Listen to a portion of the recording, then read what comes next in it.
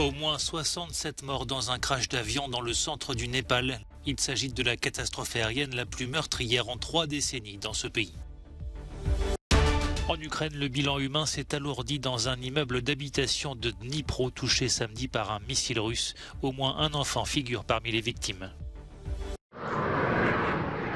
Au Népal, un habitant a filmé le moment où un bimoteur de la compagnie Yeti Airlines a perdu le contrôle avant de s'écraser.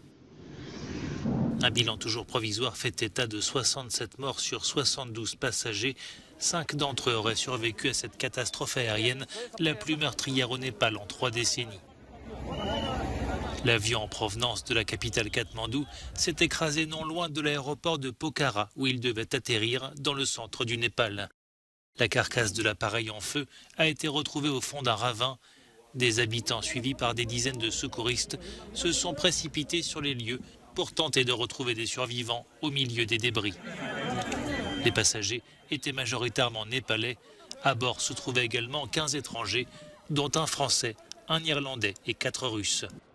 Le Premier ministre népalais s'est adressé aux médias. L'incident, dit-il, est tragique. Les forces de l'armée népalaise ont été déployées pour le sauvetage. Les accidents d'avion ne sont pas rares au Népal. Certains pointent du doigt le manque de formation des pilotes et une maintenance insuffisante des appareils. Après presque 3 années de restrictions sanitaires, la liaison ferroviaire à grande vitesse entre Hong Kong et la Chine continentale a rouvert ce dimanche.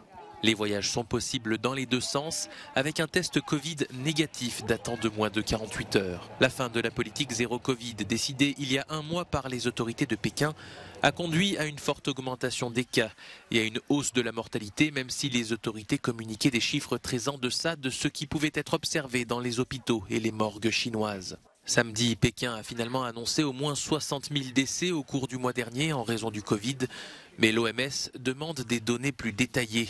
La méthode de calcul adoptée par les autorités chinoises en décembre n'inclut que les décès liés à une insuffisance respiratoire et ne tient pas compte des personnes mortes à leur domicile. Alors que les célébrations du Nouvel An lunaire approchent, les autorités craignent un rebond épidémique car des millions de Chinois s'apprêtent à se retrouver en famille au moment où le pic des contaminations semble être passé. Les recherches se poursuivaient ce dimanche pour retrouver des survivants et des corps dans les ruines d'un immeuble de Dnipro touché la veille par un missile russe dans l'est de l'Ukraine. Un dernier bilan qui devrait encore s'alourdir faisait état de 29 morts et d'une quarantaine de disparus. Le gouvernement ukrainien a accusé les forces russes d'avoir utilisé un missile à haute précision.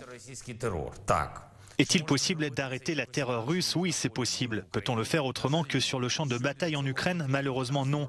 De quoi avons-nous besoin? Des armes que nos partenaires ont dans leurs entrepôts et que nos guerriers attendent. Outre Dnipro, les bombardements russes ont visé samedi plusieurs régions ukrainiennes.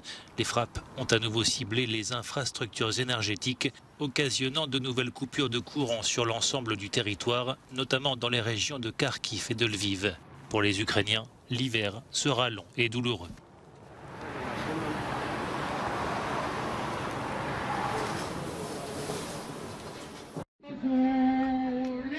Des milliers de personnes se sont rassemblées à Madrid ce dimanche pour défendre la santé publique. Depuis plusieurs mois déjà, médecins, infirmiers et habitants de la capitale espagnole reprochent aux autorités régionales de favoriser les prestataires de soins privés au détriment des services de santé publique surmenés et en difficulté financière.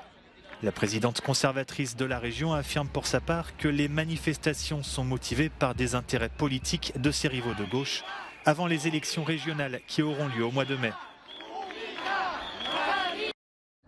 Un sit-in a été organisé samedi à 2 pas du Vatican pour réclamer la vérité sur la disparition il y a 40 ans d'Emanuela Orlandi. L'adolescente citoyenne du Vatican s'est volatilisée le 22 juin 1983 dans le centre de Rome. Depuis, l'affaire a donné lieu à de multiples thèses sur fond de théorie du complot et même d'une série sur la plateforme Netflix.